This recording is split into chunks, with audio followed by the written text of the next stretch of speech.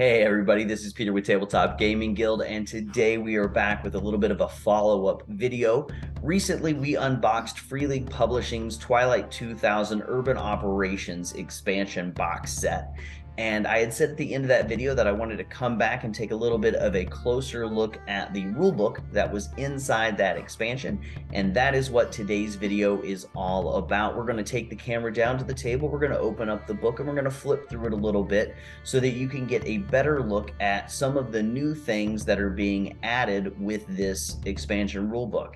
And it's not all specifically just rules. There's a lot of really great right away applicable things that you can put into your game to excite your players. Maybe you've been playing Twilight 2000 for a little while and they have been doing the big hex crawl across the map, and they've been traveling across these big regions over in Europe, and maybe it is time to really narrow in the focus, to zoom in on that map, and time to send the players to a nearby city where things can get pretty daunting.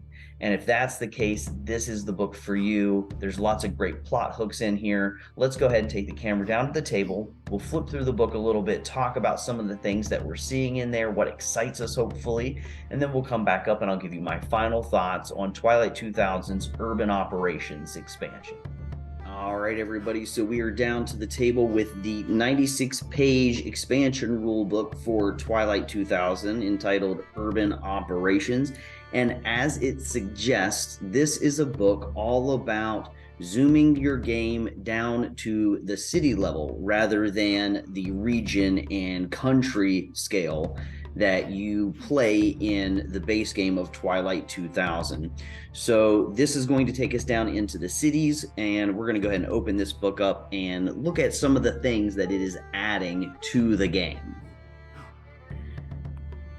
All right, so we see that we have a nice paperback book here that has 6 chapters. The first chapter is all about just the idea of playing in cities. Our second chapter is going to get into the rules that they're adding to the game about playing in cities.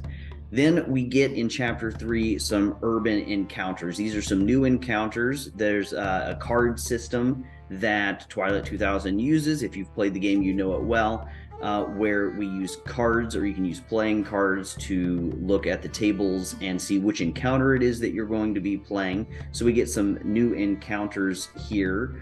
And then chapter 4 is all about city factions. These are some factions, 4 of them to be exact, that are being added into the game specifically for play in cities. Then we get into chapter 5, which is urban plots. And these are kind of some really cool expanded ideas of plots or stories that are going on in the cities where your players show up. And they may or may not interact with those plots, but those plots are happening either way. It's making the world feel a bit more alive. And then we have some scenario sites, which you can drop into your cities, as well as then 2 appendices, one for Krakow and one for Karlsborg. And so they've got very short little bit of information to throw those cities into your game as well. So let's go ahead and flip through the book here. So playing in cities, I love this opening bit here. We get really into the theme of the book right away, and I'm just going to read the opening paragraph here of the very first chapter, and it's entitled "The Fire of Civilization." Before the war, historians and their like suggested the first spark of civilization began most probably with the birth of agriculture. The spark in time flared into the crown jewel of human progress, the city. From Babylon to Rome to New York, these towering edifices and conurbations were the high water mark of human achievement. In the span of 5 short years, we have destroyed them all. It has been said that it is far easier to destroy a thing than to create it. Mankind demonstrated this once again, perhaps for the final time. So just that little bit of fiction there, that narrative, I loved it. I read that And I already knew what this book was going to be bringing to Twilight 2000, but just by reading that little bit of narrative there and knowing that cities are completely destroyed, everything has been bombed to hell and beyond, and people who might still want to try to live there are just going to be eking by a very terrible existence. And here you are as players who have probably been traveling the countryside in this war-torn country, and now you're going into the cities where things are just as dire, but can be a little bit in a different way scary. And the fact that we see cities as being the crown jewel of civilization, and the fact that we have destroyed them in no time at all, is just devastating, and weirdly, in the sense of only this game, also exciting. It piques interest, and they do a really great job in the writing of this to grab your attention. So yes, really liked that a lot, and I think they did a great job with choosing that very first paragraph for this book. So as you go through here in this first chapter, you're going to be reading about law and order, the military, police, gangs, and laws that are taking place in cities in this type of landscape. Also, access to food and water, how harsh it is. You think about cities, all the agriculture takes place in areas away from cities, and it gets shipped into cities. So the fact of being in a city looking for some supplies, but then also probably being further away from supplies as well.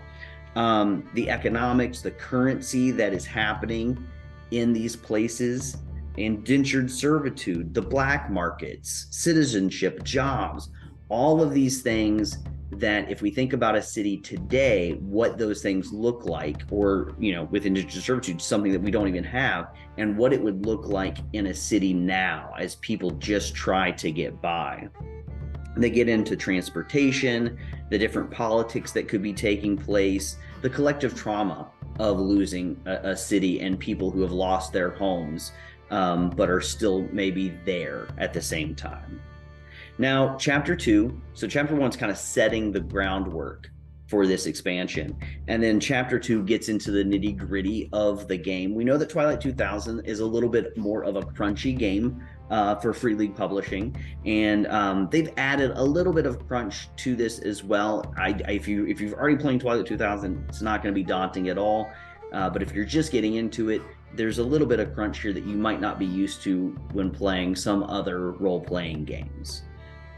We do get two new archetypes for players to choose from. We have the cop and we have the criminal. Both make perfect sense for addition to this game in this specific setting. And then we get into city warfare. How is that different, from the base game? We get into a really cool addition with Fog of War.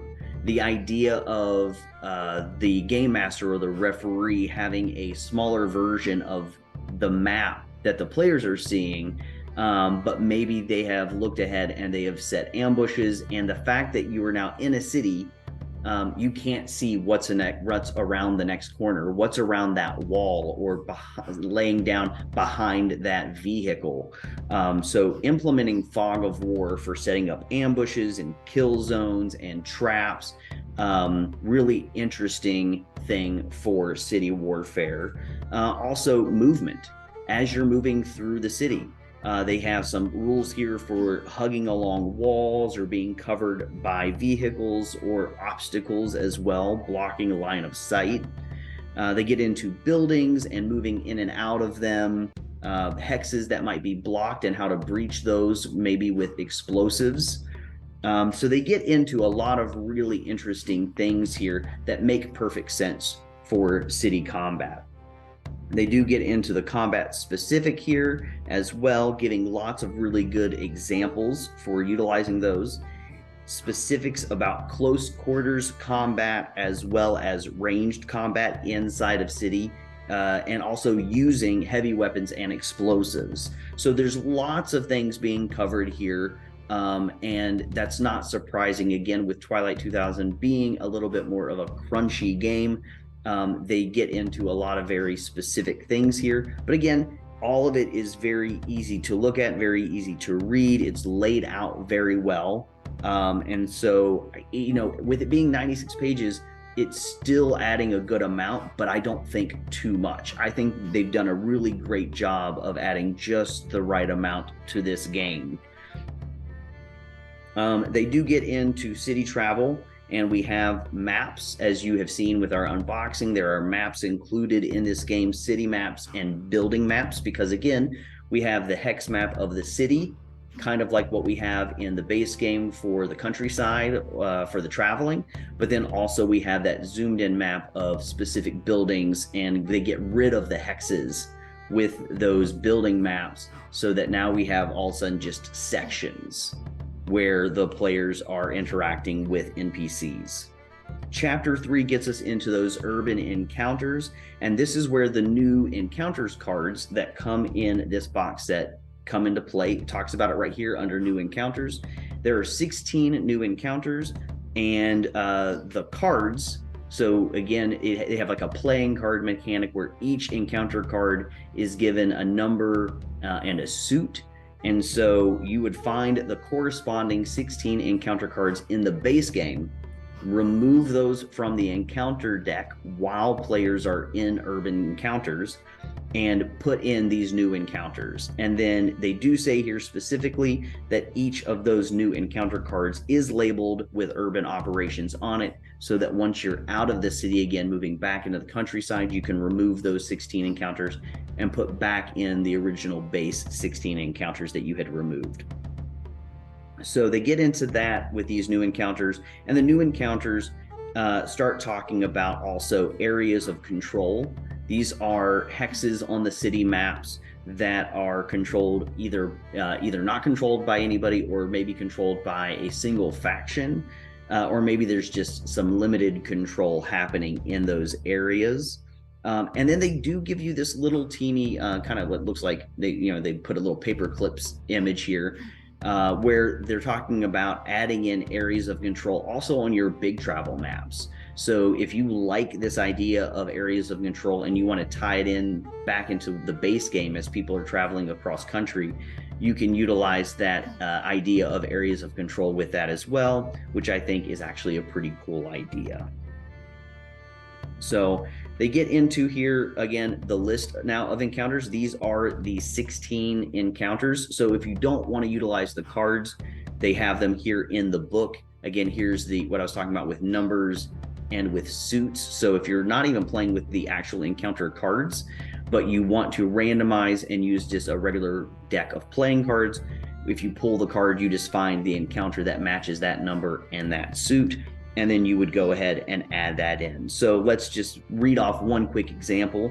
If you were to draw the 4 of diamonds, the encounter is gang, and it says here, we know that it's on the road. It's either during the day or the night as well, and they could be resting here. So it says one of the local gangs decides to shake down the PCs. This is their territory, they say, and the PCs must pay 100 bullets or the equivalent in other goods for access. They are armed, and if the PCs are better armed, claim they can call on reinforcements.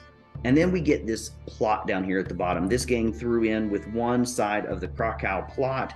Alternatively, they're deserters from the last offensive. And so this is going to tie into the later part of the book where we start getting into plots, which I am really excited about. So let's go ahead now, jumping forward through all this. We have some stationary encounters as well. And then we get into chapter 4, which is our city factions. So we are having 4 factions added into this book here in this section. We have the Vorovosko MRI. I'm sure I'm saying that wrong. And then we have the WHO. So for those of us here in America, this is one that we've probably heard of. It's not made up for just the game. It's an actual thing, and that is the World Health Organization. So I thought that was kind of cool that they added that in there as well. We have the Free Polish 6th Brigade, and we have the Life Regiment Hussars. So 4 different factions, each one of these factions being given information about their history, the goals that they have currently, as well as then their attributes so that we can add them into the game. And then we're given a few NPCs that go along with those factions as well. Now, Chapter 5 might be my favorite part of this whole expansion, and that is the urban plots.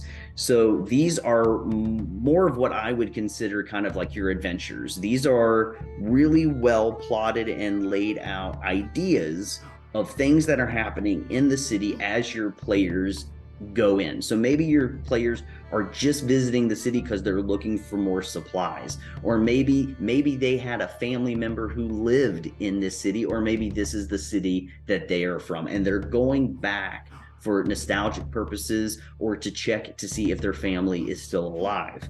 If that happens to be the case, then these plots are things that you can drop into those cities that then the players are going to have to run into. There are going to be NPCs who are populating these cities who have their own agendas, and these plots are going to give you some of those agendas, some of those ideas to fill out your city.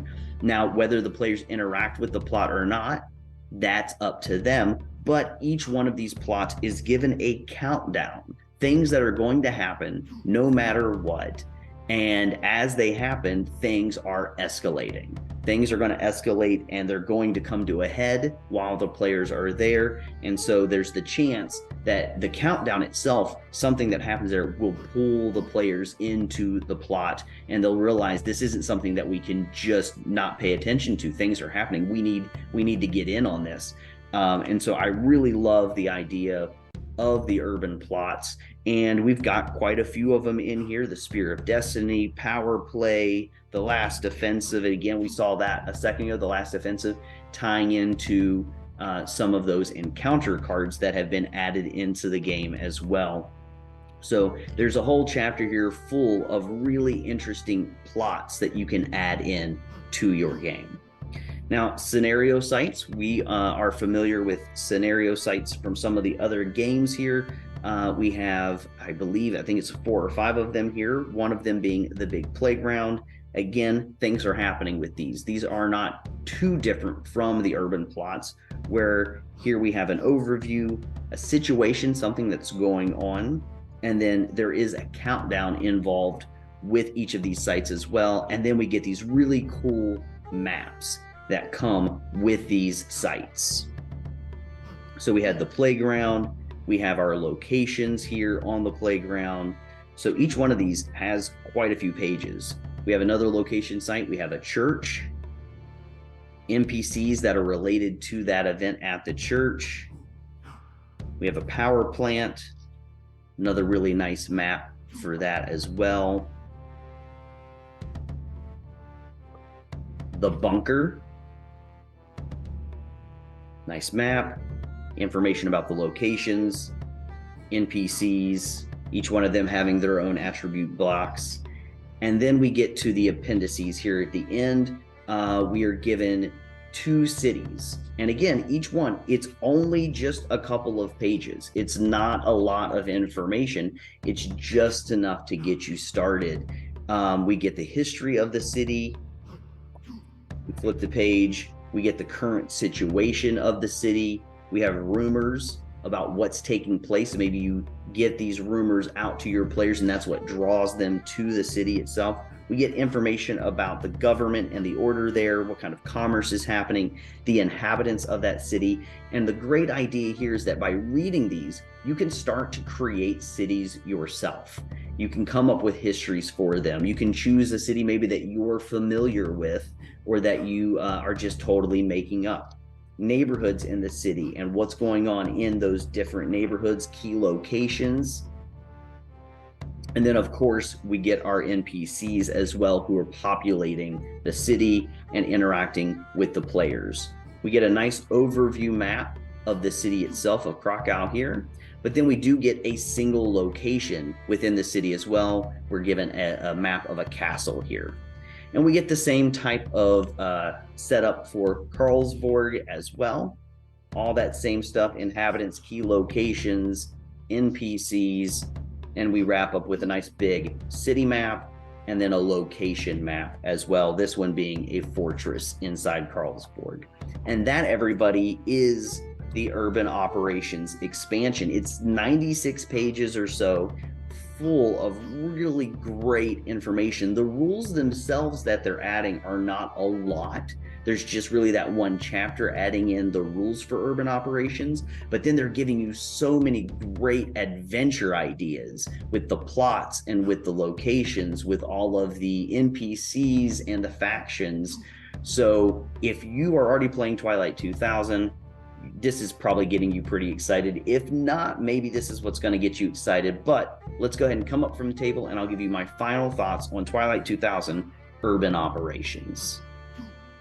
All right, everybody, so we're back up from the table. We've just taken a look through this book. Again, this was the rule book for Twilight 2000's Urban Expansions, and I am very excited by this book. I already love the idea of Twilight 2000, the big hex crawl map, but being more of a modern setting.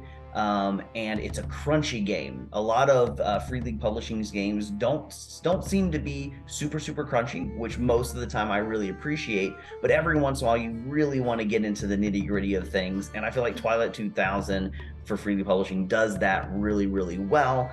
And now I'm really excited by the idea, though, of taking the game into an urban setting. I really like the fog of war aspect that they've thrown at us here, where, you know, the idea that the game master, the referee, can have their map behind the screen. They're setting ambushes. They know where the bad guys are, even though the players haven't seen them yet. I think that's a really cool addition. I love that there's all these wonderful plot hooks and factions and NPCs that I now have that I can easily throw into my game. I like the Krakow edition as well as the Carlsborg. And so there's just a lot of really nice things that they somehow jam-packed into just 96 pages. Wonderful maps that are included as well. So if you're already playing Twilight 2000, I am like 100% sure you're going to want to pick this up. If you've not played Twilight 2000 yet, and maybe it's because you don't love that big sprawling hex map, the travel and the rolling as people are traveling across